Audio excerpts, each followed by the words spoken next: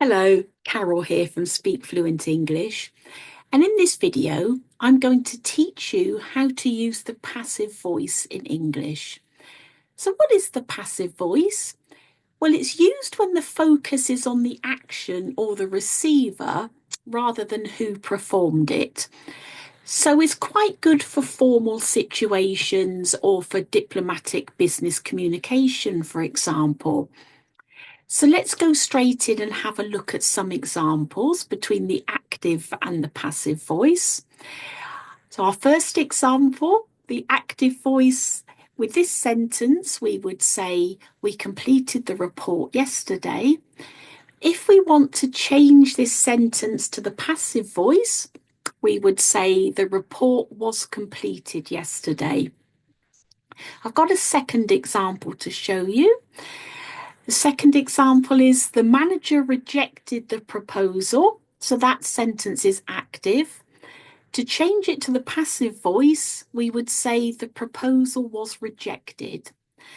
So how do we form the passive voice? Well, it's the same whether we're talking about the present, the past, or the future. We use the verb to be plus the past participle. So if we want to talk about the present, for example, we would say the data is analysed. If we want to talk about the past, we would say the data was analysed.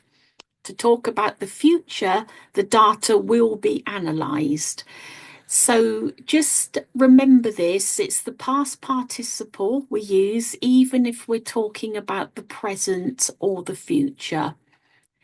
So let's have a look at this in a little bit more detail. So the active and the passive voice, what is the difference? Don't know if you noticed the difference with the previous examples. But if you didn't, well, the majority of sentences in English are actually active, so they follow the usual subject, verb, object rule. But with the passive voice, we change it around a little bit and we structure the sentence with the object first, then the verb, then the subject. So think of it maybe as a matter of focus.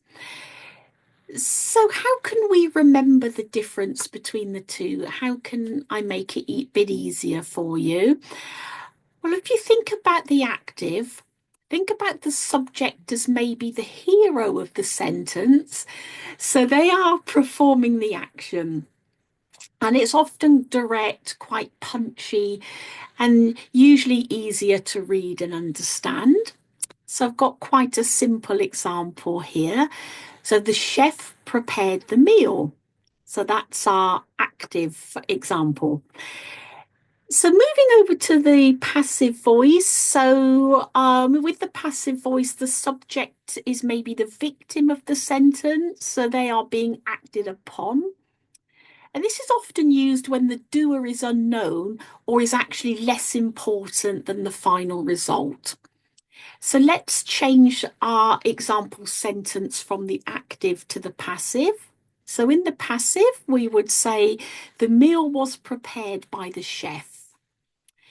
So I've got one little final tip for you. So if you can add by me, by us, by them, for example, after the verb of a sentence, and it still makes sense, then it's probably passive. So, for example, the bank were told by me, or the bank were told by us, or the bank were told by them. So that clause makes sense. So it's likely to be passive.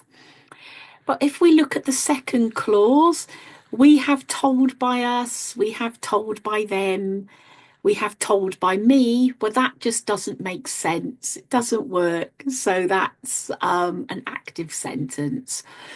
So I really hope this video was useful to you. If it was, please like it and share it. And also please subscribe to the channel if you haven't already, so you can receive some more English tips by video. So thank you so much for watching today. Have a wonderful rest of your day, and I'll see you in the next video. Bye bye for now.